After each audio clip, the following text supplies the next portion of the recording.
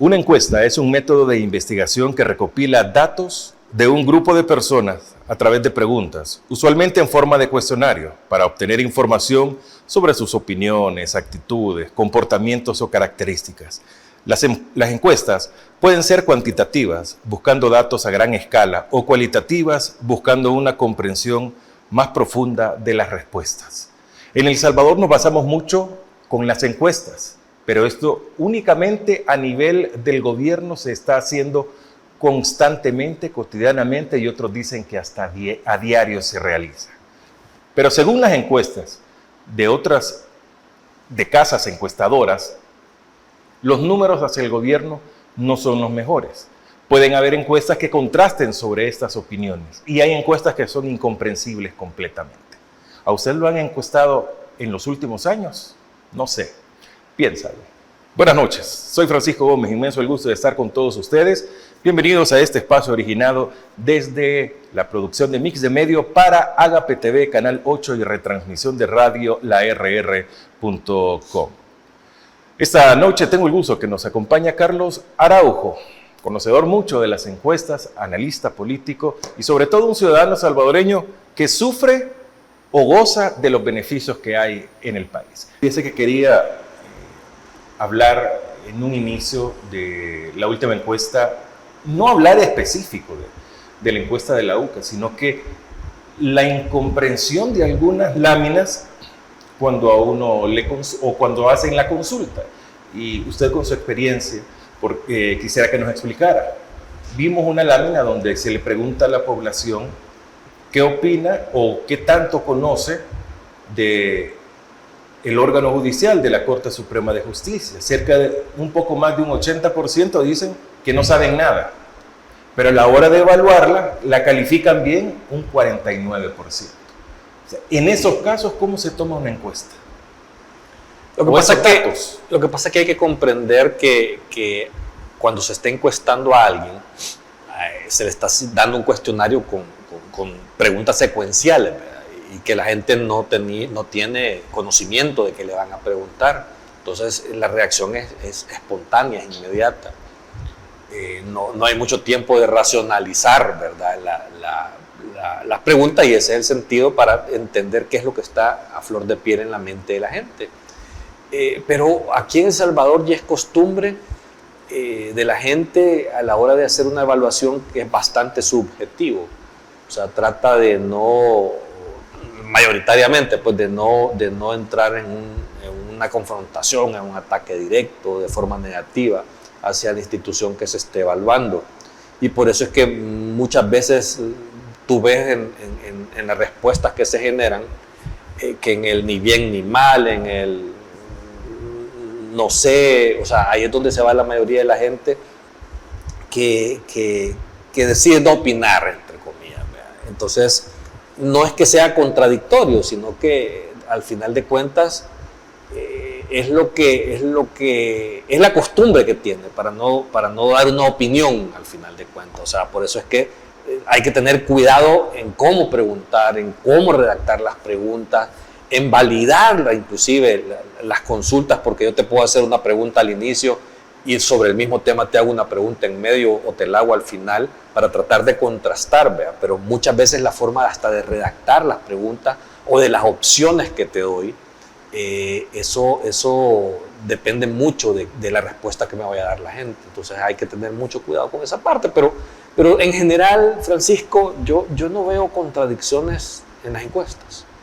O sea, hace poco, hace 2 jueves hicimos un programa en mi canal donde precisamente... Blanco y Negro se llama. Blanco y Negro, sí, en YouTube, en donde hicimos un análisis de la encuesta de la UCA e hicimos una comparación con la nuestra también, ¿verdad?, que era de la misma época. ¿Por qué? Porque el oficialismo se da mucho a la tarea de, por decir, cuando salió la encuesta de la prensa gráfica, de tomar una sola lámina y decir todo es perfecto. Y igual cuando sale la encuesta de la UCA toman la nota y dicen todo es perfecto. Pero las encuestas realmente no son una lámina.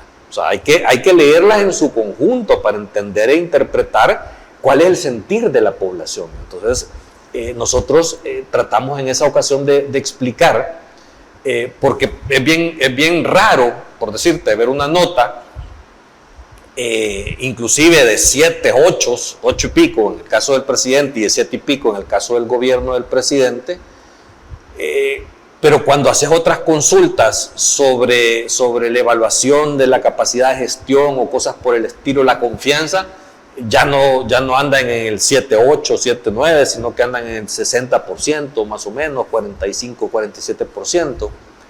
Y es que hay que entender que esa nota, o sea, no hay que dejarse llevar mucho por la calificación de la nota, porque la pregunta que se le hace a las personas es que le pongo una nota en una escala de 1 a 10, ¿verdad? Y eso es bien subjetivo a la hora de calificar esa nota. Inclusive hay unos estudios de una metodología que se llama NPS, que se aplica mucho en investigación de mercados para medir la satisfacción del cliente con relación a un sujeto de investigación.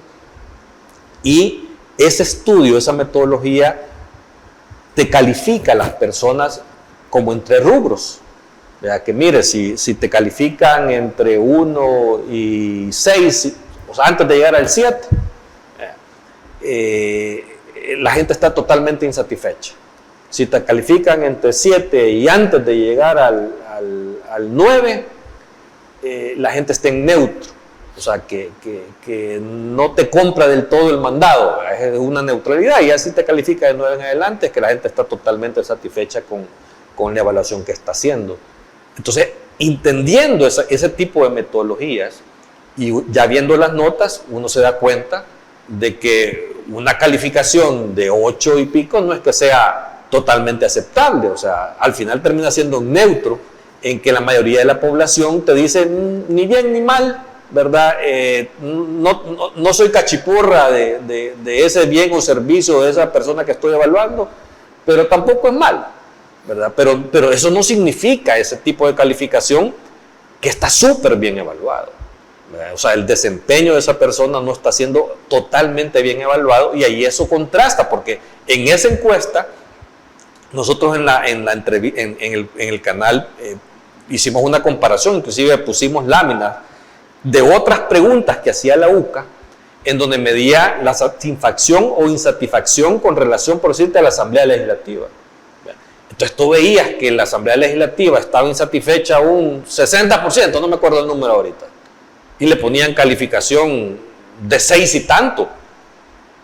O cuando a las alcaldías le tenía una evaluación en ese sentido de insatisfacción casi del 70%, y le ponían una nota de 5 y tanto. Pero entendiendo la interpretación del NPS, que es estas calificaciones entre 1 y 10, es donde te das cuenta qué significa cada cosa y si es congruente.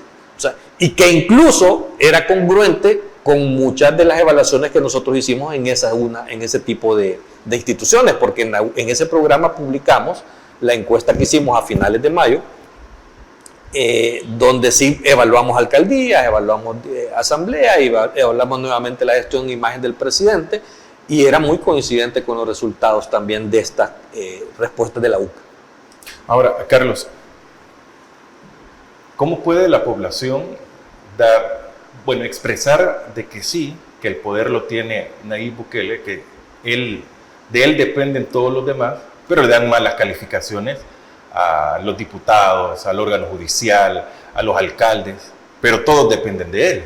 Entonces, ¿a quién le dan la mala calificación?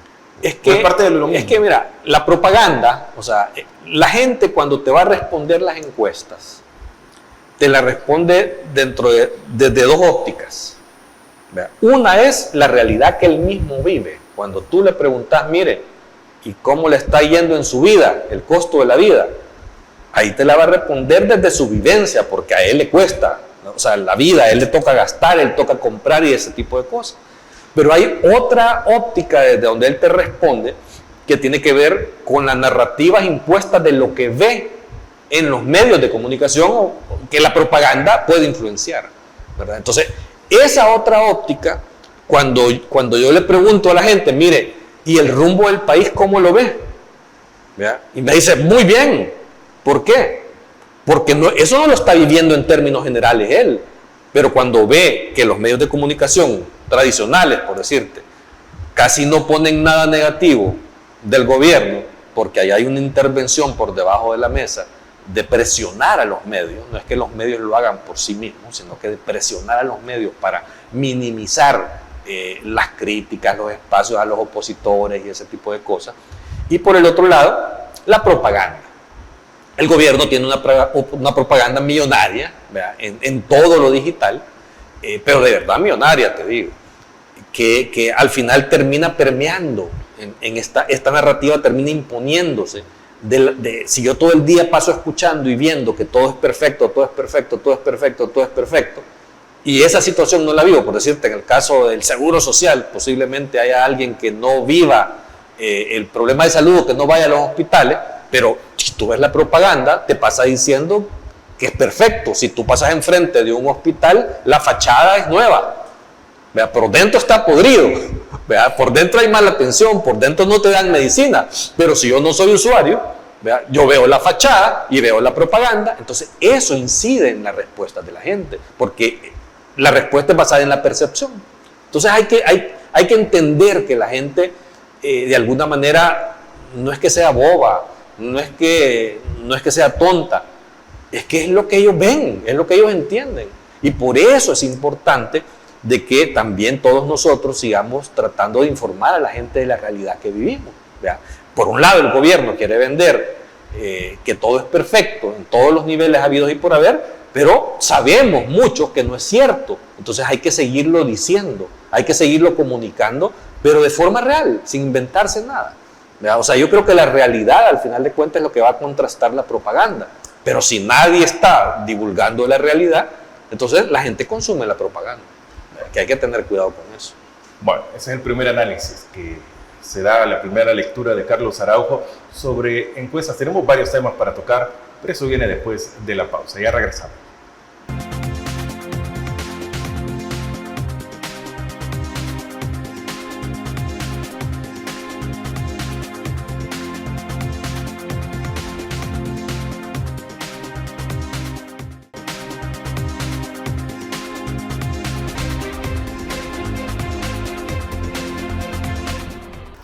Gracias por continuar con nosotros todos los miércoles a las 8 acá en el 8 y disfrute de toda la programación que tenemos para todos ustedes y diferentes espacios de opinión también para compartir, y también puede seguirnos en las redes sociales de Agape TV Canal 8, de la productora Mix de Medio y por supuesto de Radio LaRR.com. A propósito, puede ver mi entrevista a primera vista con Francisco Gómez todos los días de lunes a viernes a las 7 en RadioLaRR.com. Carlos Araujo está con nosotros. Carlos, ¿puede explicarnos un poco qué es el neuromarketing y cómo se ha aplicado en nuestro país y no en los últimos años? Dicen de que ya se viene por lo menos de una década atrás aplicándonos un neuromarketing para que tengamos estos resultados actuales. Mira, es que no creas tú que en medio... Porque hay muchas cosas que son sutiles que tú puedes meter en medio de la propaganda visual, fundamentalmente, que trata de meterte mi mensaje, ¿verdad?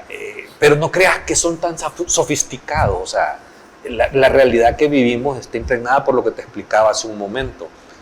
Es la cantidad de propaganda, ¿verdad?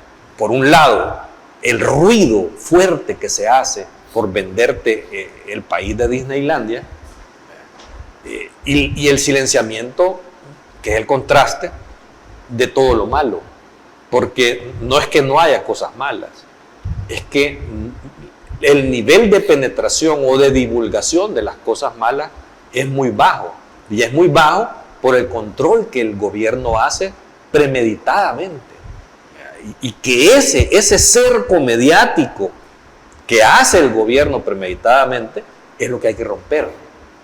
Y hay que romper insistiendo en hablar con los ciudadanos, comunicarse con los ciudadanos, programas como el tuyo, los canales digitales que se están abriendo. O sea, no sé si tú lo tenés sumamente claro, pero ya casi un 60% de la población en El Salvador se informa a través de las redes sociales, ¿verdad? Entonces, ahora Antes tenía el monopolio las grandes televisoras de la información, pero ahora ya no.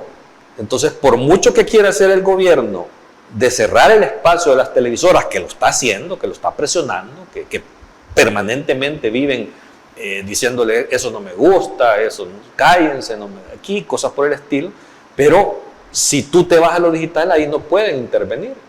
Entonces, por lo tanto, esos son los espacios que hay que tomarse e insistir en divulgar lo que está sucediendo. O sea, pero el tema esto de que tú me hablabas del neuromarketing no es una ciencia que estén aplicando. O sea, lo que estamos viendo en la parte de las respuestas de la gente en las encuestas, que ven positivo al presidente, ¿verdad? Y no ven al resto de las alcaldías, los diputados, el gobierno central, la Corte Suprema de Justicia, es precisamente porque así imponen la narrativa con la propaganda.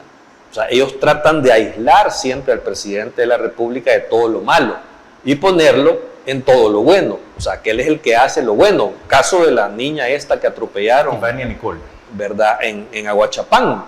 Si tú ves un presidente preocupadísimo a diario divulgando el estado de salud de la niña, ¿verdad? Entonces, ¿qué te mueve eso? O sea, el presidente se preocupa por la salud de la gente, ¿verdad? Eso es propaganda. Y ojalá, o sea, que qué bueno que la niña la recogieron, la pudieron trasladar en un helicóptero. Para eso es el dinero del pueblo y de los impuestos, ¿verdad? Precisamente para tener esos recursos para poder dar asistencia a la población. Y qué bueno que esté en el hospital Bloom, donde están los mejores médicos especialistas para el tratamiento de esos niños. O sea, ahí te estás dando cuenta, con lo que el presidente nos está contando, que tenemos médicos de primer nivel, ¿verdad? Porque sacar a esa niña de esa crisis que estamos viendo, no en cualquier lugar lo hacen así, ¿verdad? Así que eso es lo que hay que tener el cuidado, ¿verdad? Que la propaganda trata de alguna manera de poner en la senda de lo positivo al presidente y que todo lo negativo se le pegue al resto. ¿Y por qué crees tú, caso de alcaldías municipales? El municipalismo está desmantelado en este país, ¿verdad? Ya les quitaron muchas funciones, les quitaron el dinero, fundamentalmente. Acusándolos de corrupción, ¿verdad? Pero si a mí me da risa eso, porque si fuera, o sea, que hay que quitarle el dinero a cualquier instancia pública por corrupción, entonces ya se lo hubieras quitado al gobierno central desde hace rato.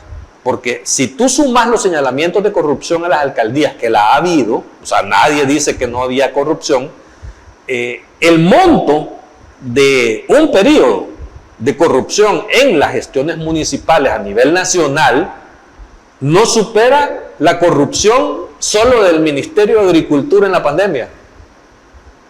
Entonces, o sea, el tema aquí ¿cuál es? Es para resolver quitémosles el dinero a las instituciones o hagamos que la corrupción se combata, que creo que es lo que debe de hacerse.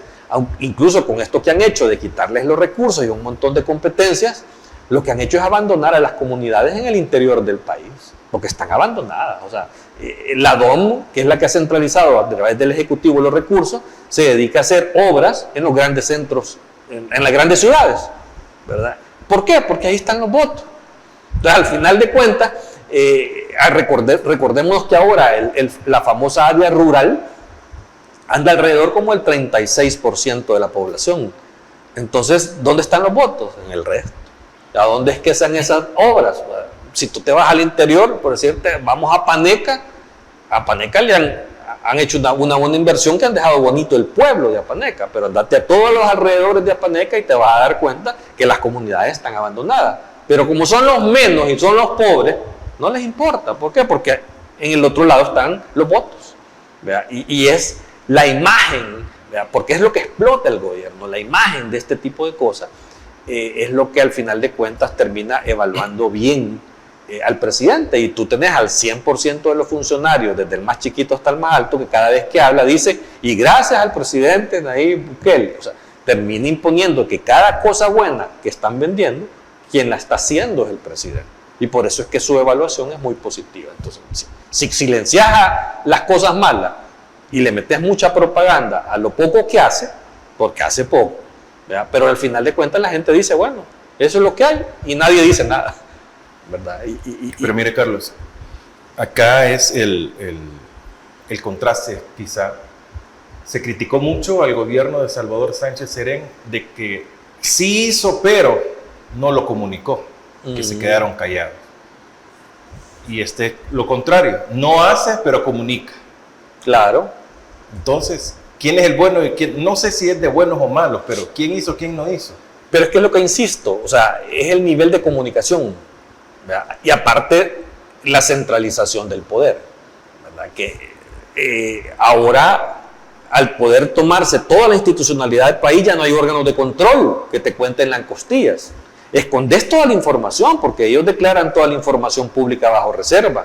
Entonces, en aquel pasado, había mucha institución de control presionando al poder para que hiciera las cosas bien. Ahora eso no existe, no es que no haya cosas malas, es que no hay cómo controlarlo porque esconden la información y se toman las instituciones. Entonces, el problema es ese, que al final la propaganda termina imponiéndose en una narrativa dentro de la mente de los ciudadanos. Que es lo que yo te insisto, mira, yo todos los días paso ahí por el hospital Amatepec, que este es un hospital del Seguro Social. Pero anda, ve ahorita el hospital Amatepec y vas a ver que no dice IS en ningún lado. Y tiene el logo gráfica, digamos, del gobierno, Ministerio de Salud, del MinSal. Y toda la fachada la están dejando linda. No sé cuánto están gastando en esa fachada, pero anda adentro y te vas a dar cuenta de la realidad que vive la gente. Pero es lo que te insisto, ¿cuántas personas van ahí? Entonces los que pasan por ahí ven muchísimo. Miren qué bonito. O sea, sí, están invirtiendo. O sea, sí ha mejorado la salud, por decirte algo. Pero la realidad es otra. O sea, cuando a ti te toca ya ir a los hospitales, te das cuenta de que las cosas están o igual o están peor, mayoritariamente. O sea, hay un grupo de población que siempre evalúa bien al gobierno, más que todo impulsado por esta propaganda del presidente, no por ser usuarios necesariamente del servicio. Bueno, vamos a hacer una pausa. Está Carlos Araujo con nosotros en No sé, piénsalo.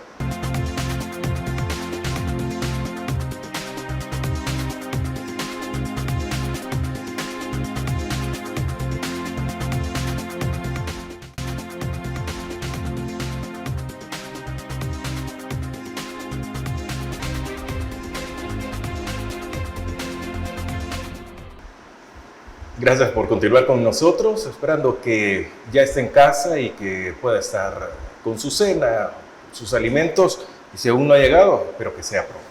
Carlos Araujo está con nosotros, analista político, nos acompaña. Carlos, mediáticamente, el caso Kilmar Abreu, ¿qué tanto ha afectado al gobierno a nivel internacional? Porque en ese caso sí se pronuncian. Fíjate que yo creo que este caso de Kilmar y los venezolanos que se dio al mismo tiempo que los mandaron al SECOT, creo que sí ha desatado una ola de afectación al gobierno de El Salvador. O sea, yo creo a nivel internacional. A nivel internacional sí creo que esto ha abierto los ojos. La propaganda, que es lo que insisto, tú antes hablabas con cualquier persona de otro país y te hablaba maravillas de Disneylandia, porque es lo que escuchaba. Ellos ni siquiera viven en El Salvador. O sea, todo el mundo te dice El Salvador, ay, qué perfecto, El Salvador es bueno, El Salvador la seguridad, El Salvador ha cambiado tanto, El Salvador la seguridad. Pero cuando se van dando cuenta de realmente qué es la seguridad de El Salvador, el famoso modelo Bukele, y qué implica ese modelo Bukele, y que la discusión que ha habido en el caso de Kilmar ha permitido de alguna forma que conozcan cómo ha sido el proceso de la seguridad en El Salvador, que por cierto, yo creo que el resultado positivo que tenemos ahora es bueno, o sea, pero cómo llegamos ahí es el problema, ¿verdad? Pero eso no quiere decir que vas a retroceder y echar todo al traste. O sea, ya llegaste ahí con el sacrificio de miles de salvadoreños. O sea, vamos a cuestionar, vamos a pedir cuentas como salvadoreños de ese camino, cómo ha llegado ahí, desde el pacto en adelante, pero tenés que reconocer de que sí hay un resultado, ¿verdad? Y en eso es experto el presidente en vender ese resultado. Pero ese resultado que estaba vendiendo es lo que creo yo que sí se ha afectado con este caso de los venezolanos y de Kilmar Abrego. ¿Por qué? Porque sí el mundo se está dando cuenta de qué está sucediendo realmente en El Salvador, que eso que le pasó... ¿Por qué hubo una fijación contra Kilmar Abrego? ¿Por qué no ceder para evitar todo esto? Porque quien se lo había mandado era el presidente Trump. O sea, y él va a hacer todo lo que el presidente Trump le pida. O sea, él primero nunca hubiera recibido a un extranjero. Acuérdate que eran deportados. Que Trump, porque todo esto inicia con Trump, no directamente Nayib Bukele. Trump, en su política anti-inmigrante, califica de delincuentes a todas estas personas, ¿verdad? Y empieza a deportarlos. Y el primer caso de escándalo fue los colombianos que estaban mandando encadenados a su país en un avión, y que el presidente de allá, que yo no comulgo con él en absolutamente nada, pero creo que en esa ocasión el presidente se comportó, Petro, como corresponde, de decirle: yo encadenado no recibo a mis compatriotas. Y no permitió que aterrizara el avión.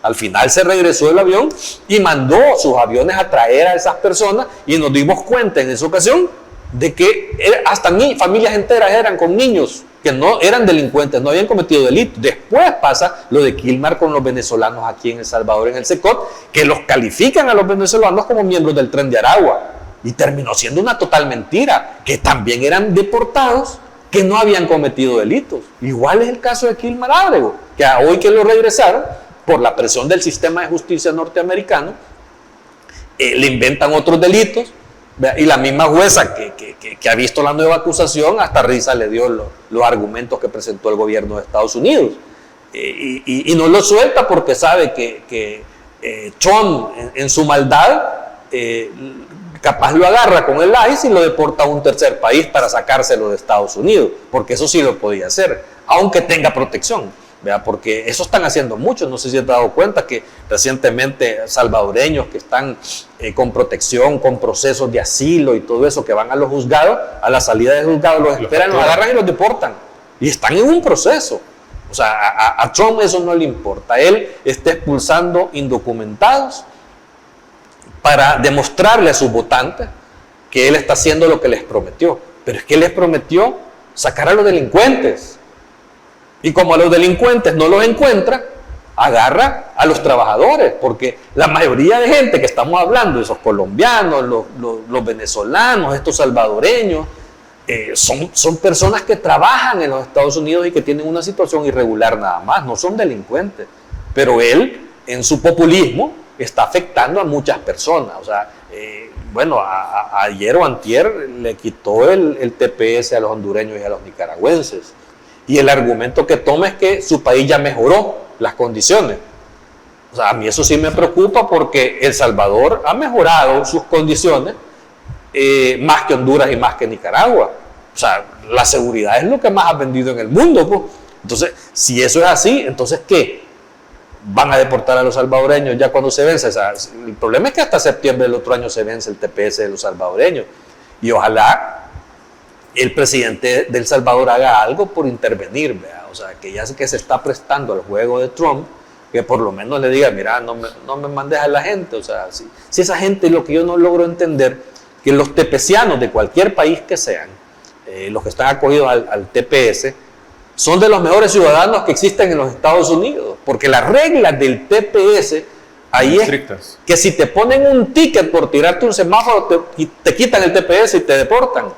O sea, que tú trabajas, sos honesto, cumplís todo lo que hay que cumplir en los Estados Unidos, y ya tenés más de 20, 25 años de estar allá. O sea, yo creo que esto no se trata de que terminó el TPS por la condición de país que ahora tenés. No, esa gente ya tiene más tiempo de aportar a los Estados Unidos y estar acostumbrado a vivir en los Estados Unidos. Sus hijos se han criado, han estudiado en los Estados Unidos, y deberían de cambiarles el estatus. Y son ciudadanos que han demostrado en el tiempo que son buenos ciudadanos, y que por lo tanto deberían de darle ya las etapas de residencia y de ciudadanía cuando corresponda, pero no solo decir: vamos a regresarlos a su país.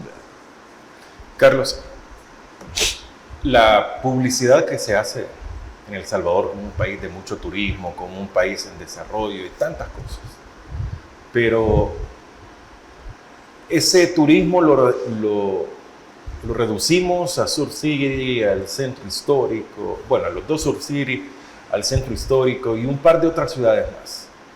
Pero ¿y lo demás? ¿Cuánto tiempo se podrá ocultar? Porque todos terminamos yendo a otro lado de los que no nos sugieren también. Claro, es que, mira, algo que hay que reconocer, que yo creo que el gobierno le ha metido baterías al tema de fomentar el turismo al país, o sea, internacionalmente. Y si vienen más turistas. O sea, el hecho de nombrar Surf City a un conjunto de playas en La Libertad es un concepto mercadológico. O sea, en El Salvador el surf ya existía y era reconocido internacionalmente por el surf.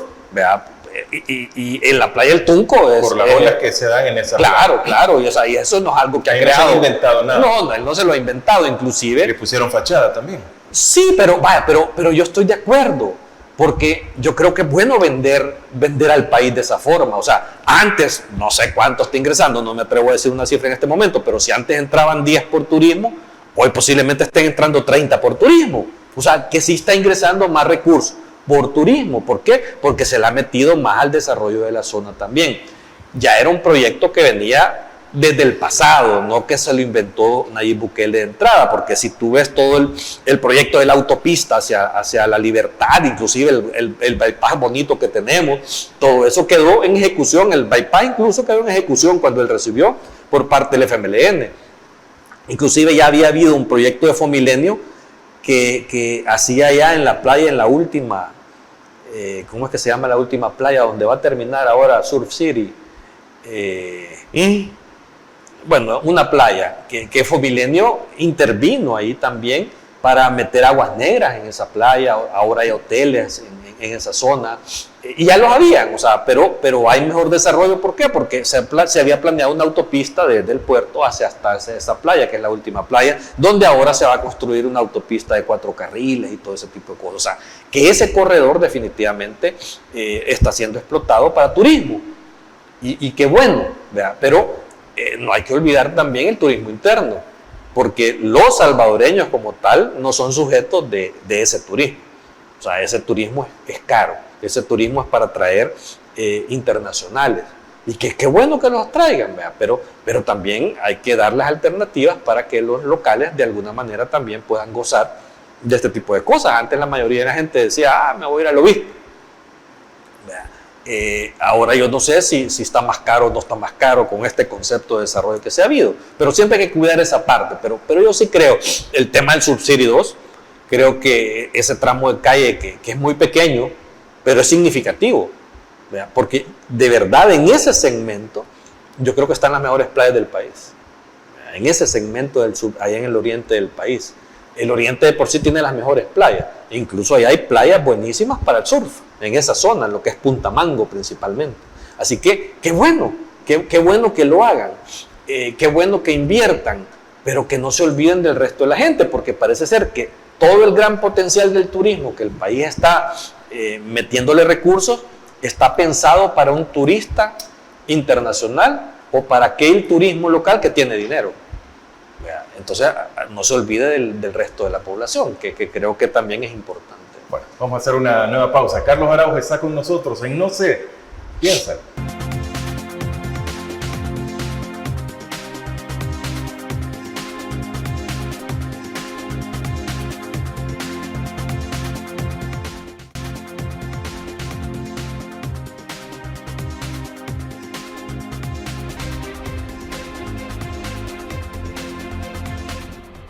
Continuamos en Agape TV Canal 8, producción de Mix de Medios, retransmisión en radio larr.com. Carlos Araujo está con nosotros, analista político, nos acompaña en esta noche de miércoles, todos los miércoles a las 8, acá en el 8. Carlos, creo que el tema de Atilio Montalvo, su delicada condición de salud, a cerca de 13 meses y medio de su captura, sin mucha prueba, más que un audio presunto donde participa él y Pepe Melara, y su condición de salud, cómo lo capturan y todo esto. ¿Dónde queda la libertad de expresión no es simplemente que esté Carlos acá sentado y podamos hablar, sino que nos expresemos y podamos también ejecutar algunas acciones que son permitidas también dentro de la Constitución de la República. ¿Hasta dónde va la libertad de expresión de El Salvador después de tantísimas capturas? Mira, yo creo que eso es un tema sumamente delicado. Yo creo que aquí se ha perdido esa garantía, ¿verdad? Y es una garantía vigente porque ni siquiera está suspendida con el régimen de excepción. Pero sí creo que la hemos perdido. Solo el hecho de que se haya declarado 3 presos de conciencia ya en este país, que en los últimos 50 años no había habido presos de conciencia. Llegar a ese, sí, eso no, es delicadísimo. O sea, y eso es un calificativo internacional, o sea, que no es que aquí los locales lo estamos diciendo, no. La Human Rights creo que es la que ha hecho eso, que ha declarado a Ruth López, al abogado de Rafael, creo que se llama. Alejandro Enríquez. Alejandro, perdón, y al pastor también, de la cooperativa, los ha declarado presos de conciencia. Y eso se da cuando que por expresarte pacíficamente estás prisionero. Eso significa eso. Y no solo es eso. Vamos a ver cuántos periodistas han tenido que autoexiliarse de este país. Yo creo que alrededor de 40 o 50. Los últimos, y contando. Los últimos que estamos viendo, todo lo del Faro, que ha sucedido, que hubo una trama que nos ha contado la gente del Faro de una orden de captura que se estaba planificando cuando ingresaran al aeropuerto aquí en Comalapa. Y así, o sea, vemos esa presión, vemos ese acoso. Bueno, la ley de agentes extranjeros es precisamente parte de eso, es coartar libertad de expresión. Porque si tú has escuchado la propaganda del gobierno con eso de la ley de agentes extranjeros, te habla que aquellas organizaciones que hacen obras sociales y que no sé qué, no están sujetas de esos impuestos y están exoneradas, pero aquellos que hacen política, ¿verdad?, sí tienen que pagar impuestos y ya tienen que registrar. Y quien dice, o sea, si las ONGs que se dedican, porque en el mundo entero hay organismos no gubernamentales que se dedican a supervisar al poder, ¿verdad?, a contarle las costillas al poder de una forma respetuosa, sin mentir, con proyectos, con programas que son financiados desde el exterior, que es el tema de gobernanza, de transparencia, de anticorrupción. ¿Por qué quieren calificarlos como políticos? Si lo que están diciéndote es, a través de un observatorio y de una medición, que tú no estás cumpliendo con lo que ordena la Constitución y las leyes de tu país. O sea, y eso que tiene de político, o sea, eso es una realidad de contraste a que tú hagas un rol como debe de hacerse. Entonces, y aparte de eso, esa ley no solo te pone el impuesto, sino que también de una forma arbitraria pueden calificarte de alguna manera y meterte preso también, porque hay hasta cárcel en ciertas fallas de ese tipo de cosas. O sea, sí está siendo sumamente afectada la libertad de expresión. ¿Qué es lo que te digo yo? Los grandes medios, las grandes televisoras están bajo presión. O sea, y basta con que tú enciendas. No, o sea, es que ellos tienen 2 opciones: o hacen caso o sufren las consecuencias. Es que el espectro radioeléctrico y lo controla el gobierno en todo el mundo. Es un bien del Estado. Y lo explota. Entonces, el Estado. Lo concesiona a particulares para determinado contenido que puedan tener. Entonces, en cualquier momento... Y hay que renovar licencias. Son por 20 años las concesiones y se tiene que estar renovando.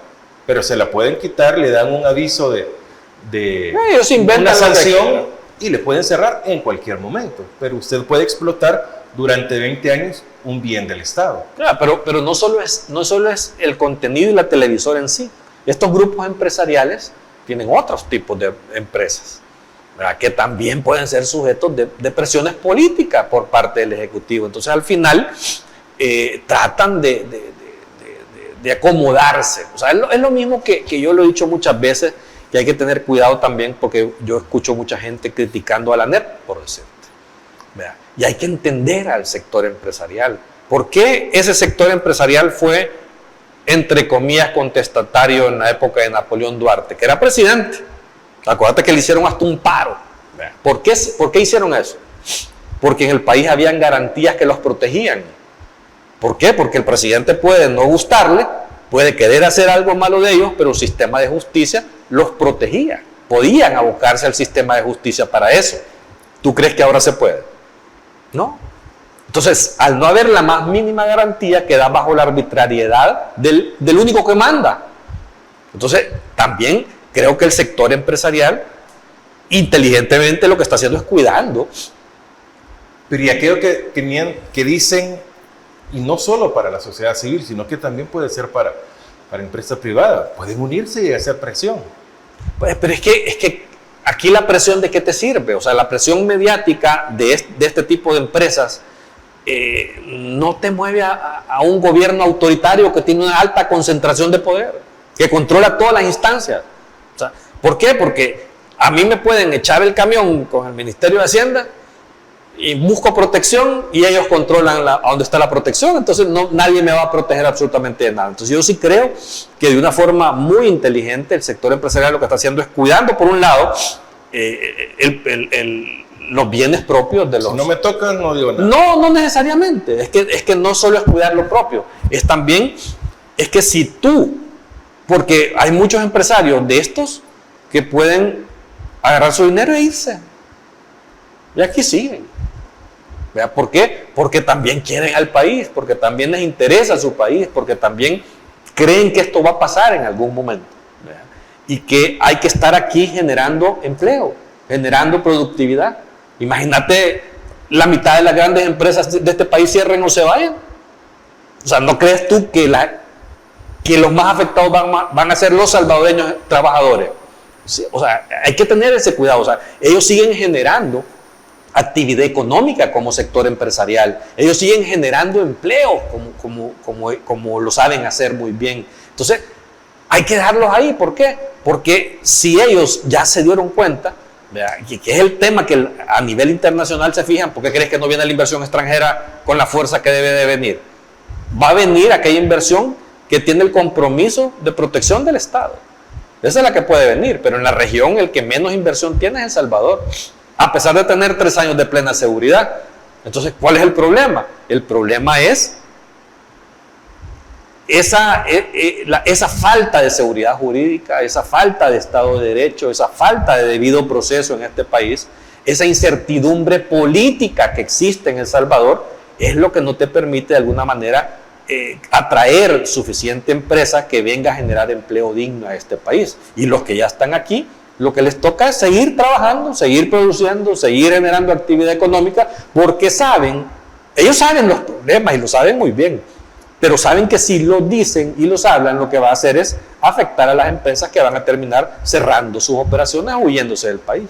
Entonces, esto es un tema que tenemos que resolver como sociedad en su conjunto a nivel individual, ¿verdad? No a nivel gremial. ¿Por qué? Porque a nivel gremial está esa amenaza. Esa amenaza de que voy a perseguirlos, voy a afectarlos económicamente como empresas y mejor deciden no hacerlo. Yo sí lo entiendo. O sea, eso no es cobardía. Eso es cuidar al país para lo que viene más adelante. Porque no hay dictadura que dure 100 años, Francisco. O sea, si no, preguntarle al general Martínez. O sea, estuvo 13 años. Era un dictador con poderes absolutos y con la bota del ejército aquí a la par. O sea, el responsable de la masacre del 32, ¿verdad? O sea, que no era cualquier cosa, pues, o sea, en esa época mataban y punto. Pero ¿qué pasó? En el tiempo, ¿verdad? Incluso Martínez no salió en una elección, porque ya para esa época ya habían fraude, ya él se había instalado en el poder y no fue un proceso democrático el que lo sacó. ¿Lo sacó una guerra? No. ¿Lo sacó una guerrilla? No. ¿Cómo lo sacó? Cuando la gente se hartó. Él se dio cuenta que la gente estaba harta, que ya había perdido los aliados, ¿verdad? Los internos y externos, y por lo tanto decidió irse mejor antes de que terminara como terminó Saddam Hussein. O sea, entonces, esas cosas, la gente tiene que tener clara que nada es eterno. O sea, yo creo que sí. Pero ellos dicen que por lo menos 30 años. No lo sé, o sea, preguntarle a Martínez cuánto creía que se iba a estar y se fue a los 13, o sea, como puede que esté más de 13, puede que esté menos, o sea, es que las explosiones sociales, las emociones de los ciudadanos, llega a un punto en que ya rebasan los niveles de tolerancia y se hartan. Que hay eso precisamente, tolerancia. Sí. O conformismo. Mira, pero es que este gobierno sabe vender muy bien todo esto. O sea, recordemos de dónde venimos. Venimos del año 2018, donde la sociedad se había hartado de la incipiente democracia que teníamos. ¿Verdad? El juego democrático entre AREN y el FMLN en su alternancia de poder, en su balance de poder, que ambos, al final de cuentas, terminaron neutralizándose, ¿verdad? Porque aquí no, el gobierno, el que gobernaba no tenía todo el poder de la asamblea, y cuando dieron vuelta pasó lo mismo, y al final este no podía hacer todo lo que quería y el otro tampoco. Pero y eso que no es...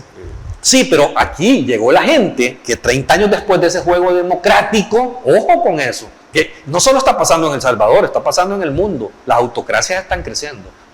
Entonces, la gente se hartó de que el juego democrático no le estaba trayendo un beneficio. O sea, porque al final, ¿qué quiere una sociedad? Quiere mejorar, quiere vivir bien. Yo quiero que mi familia, mi núcleo, esté bien, que tenga salud, que tenga buena educación, que tenga un empleo digno para poder comer, para poder salir y para poder disfrutar la vida con mis hijos. Eso es lo que necesita una familia. Y eso es lo que quiere cada uno de los salvadoreños en su familia. Pero si este juego democrático, ojo, que poco a poco fueron mejorando las condiciones de vida y de salud de la gente y de dignidad de la gente, porque si tú tomas El Salvador de hace 35 años al Salvador de cuando sale el FMLN 30 años después, había habido grandes avances en diferentes materias sociales, principalmente, fundamentalmente, y mucho más en términos de democracia, porque en esa época ya no te mataban ni te encarcelaban por decir lo que pensabas, ya cuando sale el FMLN. Pero la gente llega a un punto en que no hubo un resultado 30 años después, hubo mucha corrupción, porque sí la hubo, ¿verdad? Hubo muchos privilegios que los medios de comunicación se encargaron de señalarlo porque se podía hacer periodismo. O sea, el poder no obstaculizaba el trabajo periodístico de la forma que ahora lo hace ni lo persigue. Entonces la gente se hartó. Y eso aprovechó Nayib Bukele para vender, mire, saquemos esto, apartemos esto. Yo soy la solución y yo esto no lo voy a hacer. Pero el problema es que una vez que llega al poder, hace totalmente lo contrario. ¿Verdad? ¿Pero qué? Se toma toda la institucionalidad del país y empieza, en base a presiones mediáticas y a mucha propaganda, a cambiar e imponer una narrativa que es lo que la gente al final no está viviendo. Pero, o sea, cuando tú ves, hay problemas, sí, pero ¿y cuál es la alternativa para cambiarlo? No la ves. O sea, yo no sé si a ti te pasa, Francisco, cuando estás en discusiones o pláticas con mucha gente. Sí, hombre, estos la están regando. Pero ¿y a quién elegimos? No te dice eso. Precisamente ayer ¿cuál es la opción? ¿Cuál es la alternativa? Eso preguntaba. ¿Volver a ver en la frente? Te dicen no. Eso preguntaba, que nos han metido de que los partidos políticos son malos.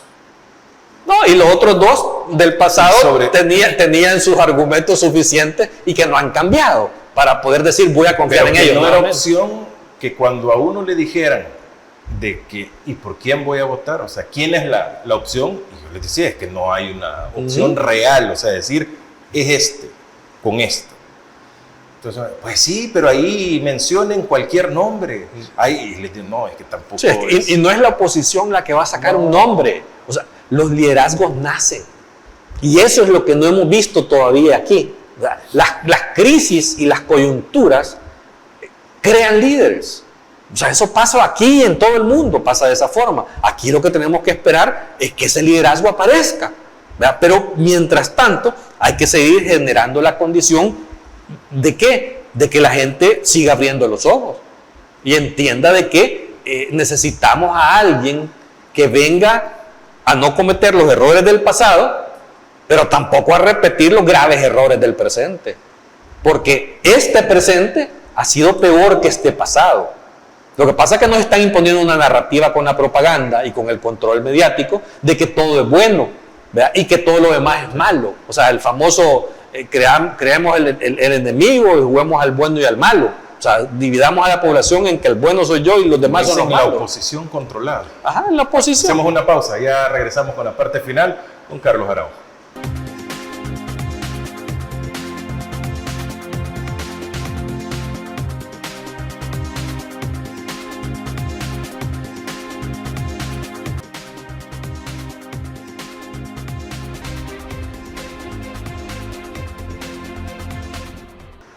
Gracias por llegar hasta este punto con nosotros en No sé, piénsalo. Únicamente nos queda el espacio para la despedida de Carlos Araujo. Buena plática y sobre todo es para reflexionarla, para platicarla con nuestros más allegados y ver una función diferente nuestra en el país. Carlos Araujo, muchas gracias. Francisco, un gusto conversar contigo, se nos hace corto el tiempo siempre, ¿verdad? Pero aquí estamos siempre a la orden y buenas noches a todos los que ven tu programa. Bueno, muchas gracias a todos por habernos acompañado. Soy Francisco Gómez, el próximo miércoles estaré en una más de No sé, piénsalo.